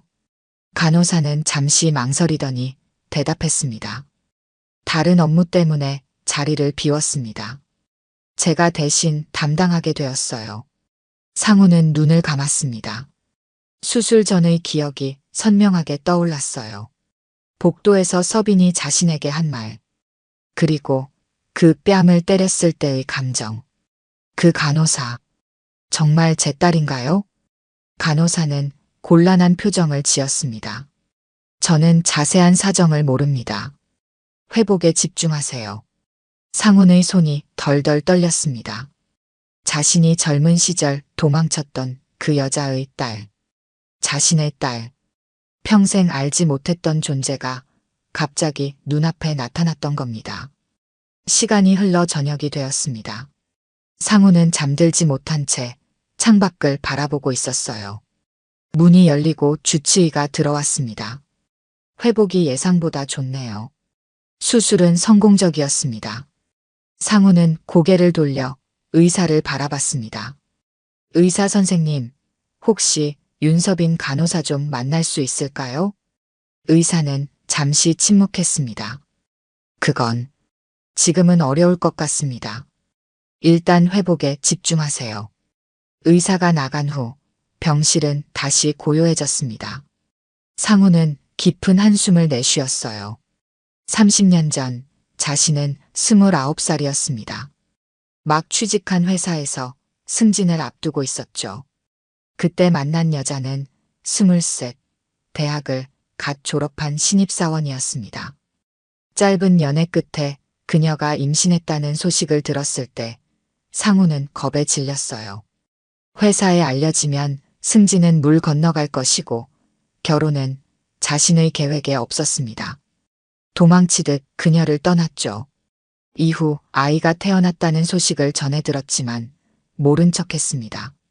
내 인생에 방해가 된다는 생각뿐이었으니까요. 하지만 이제 와서 생각하니 그 모든 것이 얼마나 이기적이었는지 깨달았습니다. 그리고 그 대가로 평생 외롭게 살았던 것인지도 모르겠다는 생각이 들었어요. 밤이 깊어갔습니다. 병실 문이 조용히 열렸습니다. 상훈은 간호사가 회진을 온 줄 알고 눈을 떴어요. 하지만 문간에 서 있는 건 서빈이었습니다. 상훈은 놀라서 몸을 일으키려 했지만 수술 후의 통증에 다시 누워야 했습니다. 서빈은 천천히 병실로 들어왔어요. 병원 규정을 어기고 온 것이었습니다. 어떻게 지내세요? 서빈의 목소리는 조용했습니다. 평소처럼 전문적인 말투였지만 그 속에는 복잡한 감정이 숨겨져 있었죠. 상우는 떨리는 목소리로 대답했습니다.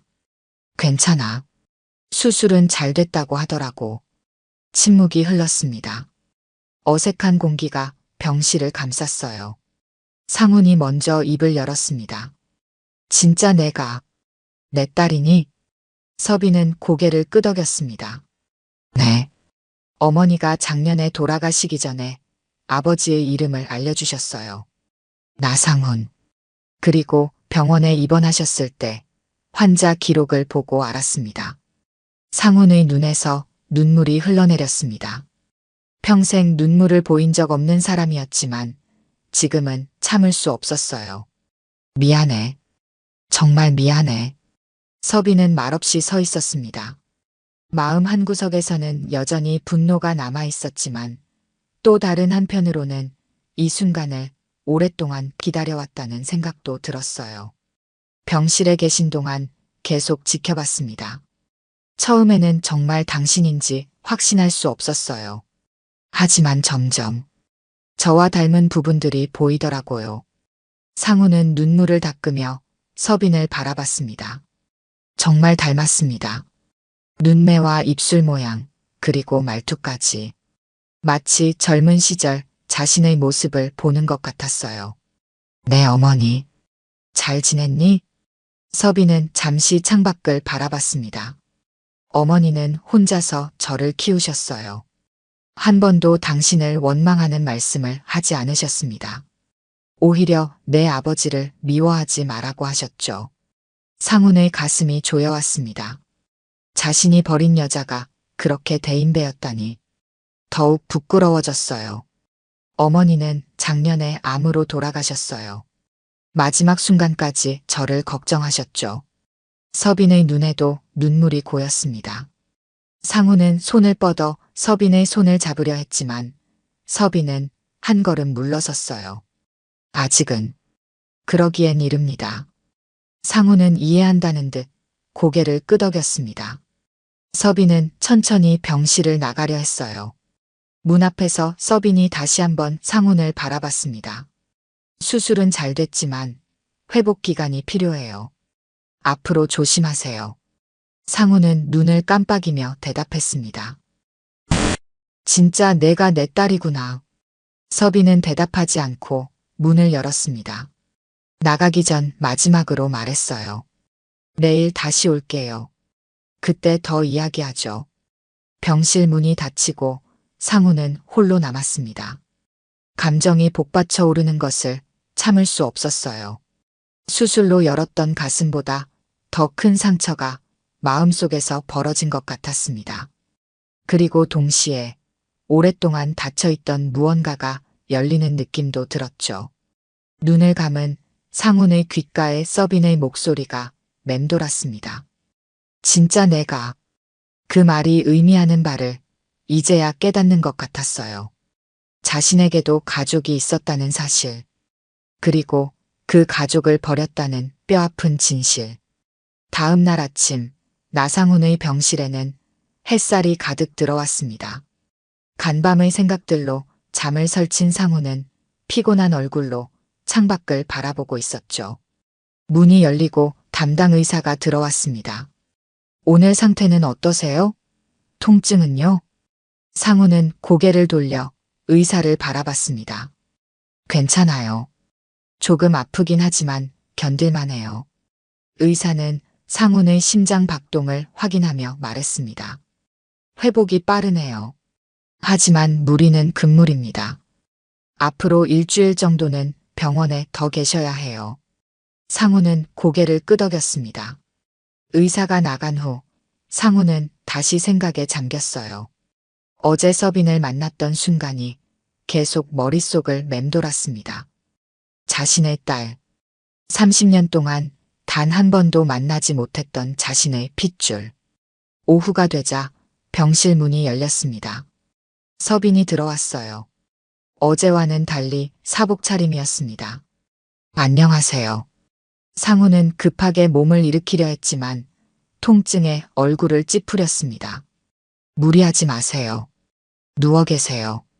서빈은 상훈의 침대 옆 의자에 앉았습니다. 병실에는 잠시 침묵이 흘렀어요.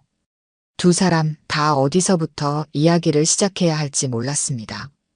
오늘은 병원에서 일하는 날이 아닌가 봐. 상훈이 어색하게 말을 꺼냈습니다. 한 달간 정직 처분을 받았어요. 환자를 폭행했으니까요. 서빈의 말에 상훈은 깜짝 놀랐습니다. 뭐, 그건 내 탓인데. 내가 병원장한테 말해야겠다. 서빈은 고개를 저었습니다. 아니요. 제가 감정을 통제하지 못했어요. 전문가로서 해서는 안 될 행동이었습니다. 상훈은 한숨을 내쉬었습니다. 자신 때문에 서빈이 불이익을 당한다는 사실이 마음 아팠어요. 그래도 내가 뭐라도 해야. 그런 얘기하러 온 게 아니에요.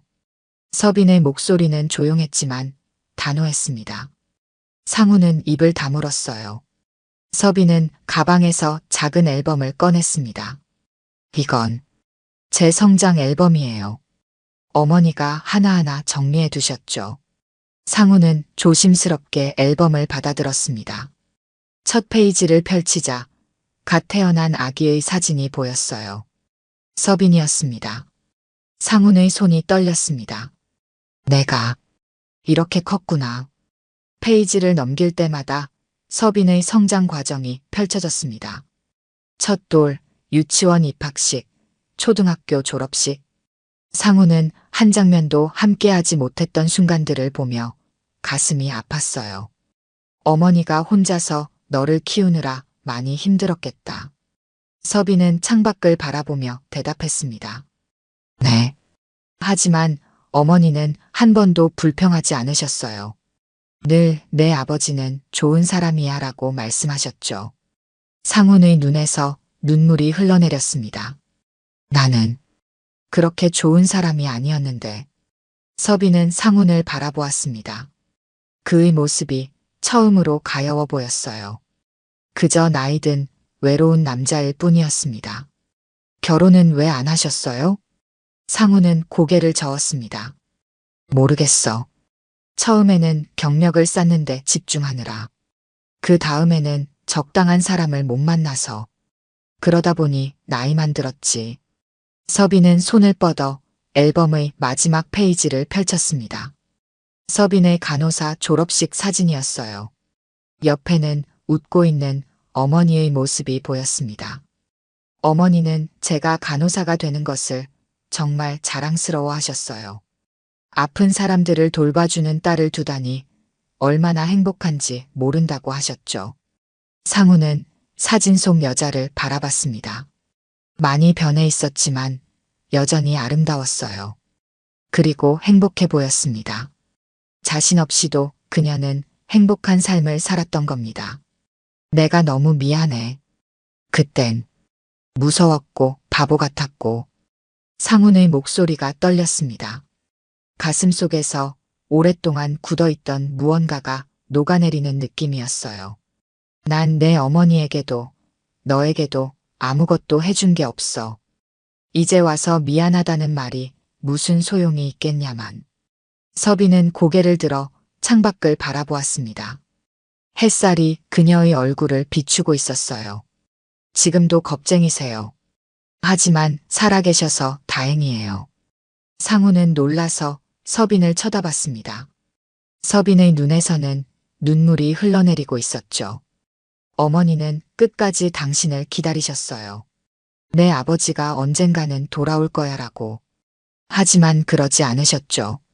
상훈은 자신의 이기심이 얼마나 많은 사람들에게 상처를 주었는지 깨달았습니다. 어쩌면 그 대가로 자신도 외롭게 살아온 것인지도 모릅니다. 내가 잘못했어. 정말 미안해. 상훈은 더 이상 말을 잇지 못했습니다. 그저 오열할 뿐이었어요. 수술로 열었던 가슴보다 더 큰 상처가 지금 열리고 있었습니다. 서빈은 자리에서 일어났습니다. 상훈의 손을 조심스럽게 잡았어요. 당신은 아직 제 아버지가 아니에요.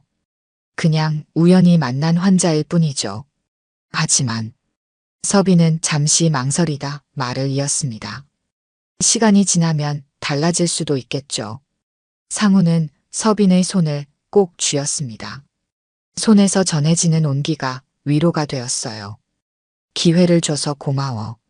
서빈은 가방을 들고 병실을 나가려다 문 앞에서 돌아봤습니다. 내일 다시 올게요. 그때 어머니 이야기를 더 해드릴게요. 상우는 고개를 끄덕였습니다. 서빈이 나간 후 상우는 앨범을 다시 한번 펼쳤어요.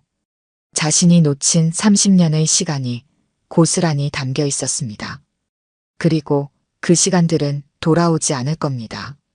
하지만 적어도 지금부터는 달라질 수 있을지도 모릅니다. 일주일이 흘렀습니다. 나상훈의 회복은 의사들의 예상보다 빨랐죠. 이제 퇴원을 앞두고 있었습니다. 병실 창가에 앉아 봄 햇살을 받으며 상우는 생각에 잠겼습니다. 지난 일주일 동안 서빈은 매일 병실을 찾아왔어요. 처음에는 어색했지만 점차 대화가 자연스러워졌습니다. 서빈은 자신의 어린 시절 이야기, 어머니와의 추억, 간호사가 되기까지의 과정을 들려주었습니다. 상우는 그저 듣기만 했어요. 자신이 놓친 31해를 한 번에 알아가는 것은 불가능했지만 조금씩이나마 딸의 삶을 이해하고 싶었습니다. 문이 열리고 주치의가 들어왔습니다. 오늘 퇴원하셔도 될 것 같네요. 회복이 아주 좋습니다. 상우는 고개를 끄덕였습니다. 감사합니다, 선생님. 의사는 퇴원 후 주의사항을 설명했습니다. 약 복용 방법, 식이 조절, 정기 검진 일정 등. 상우는 모든 것을 꼼꼼히 메모했어요. 이제는 건강을 더 소중히 여기게 되었습니다. 살아야 할 이유가 생겼으니까요. 의사가 나간 후 상우는 병실을 정리하기 시작했습니다. 한 주 동안 쌓인 물건들을 가방에 넣었어요. 그때 병실 문이 열렸습니다. 서빈이 들어왔죠. 퇴원 준비 중이세요? 상우는 고개를 들어 서빈을 바라봤습니다. 응. 의사 선생님이 오늘 퇴원해도 된대. 서빈은 가방을 내려놓고 상훈의 짐을 정리하는 것을 도왔습니다.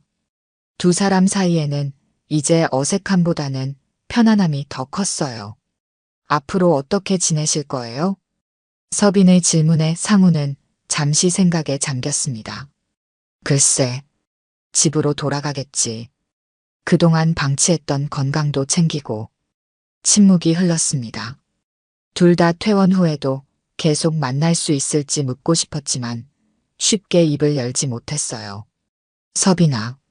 상훈이 조심스럽게 말을 꺼냈습니다. 내가 집에 돌아가면 가끔 연락해도 될까? 서빈은 창밖을 바라보며 대답했습니다. 네. 약 잘 드시는지 체크해야 하니까요. 상훈은 서빈의 진짜 의도를 알기 위해 그녀의 눈을 바라봤습니다. 서빈의 눈에는 복잡한 감정이 담겨 있었어요. 아직 완전히 마음을 열지는 못했지만 적어도 문을 닫지는 않았습니다. 고마워. 상훈의 짐을 다 정리한 후 서빈은 휠체어를 가져왔습니다. 병원 규칙이에요. 퇴원할 때는 휠체어를 타야 합니다. 상훈은 순순히 휠체어에 앉았습니다. 서빈이 휠체어를 밀며 병실을 나섰어요.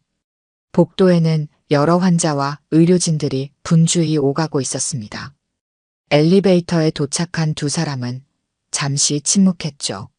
서빈아, 사실 내가 없었다면 난 수술을 무서워서 피했을지도 몰라. 서빈은 상훈을 내려다봤습니다. 그래서 뺨을 때렸나요? 용기를 주려고.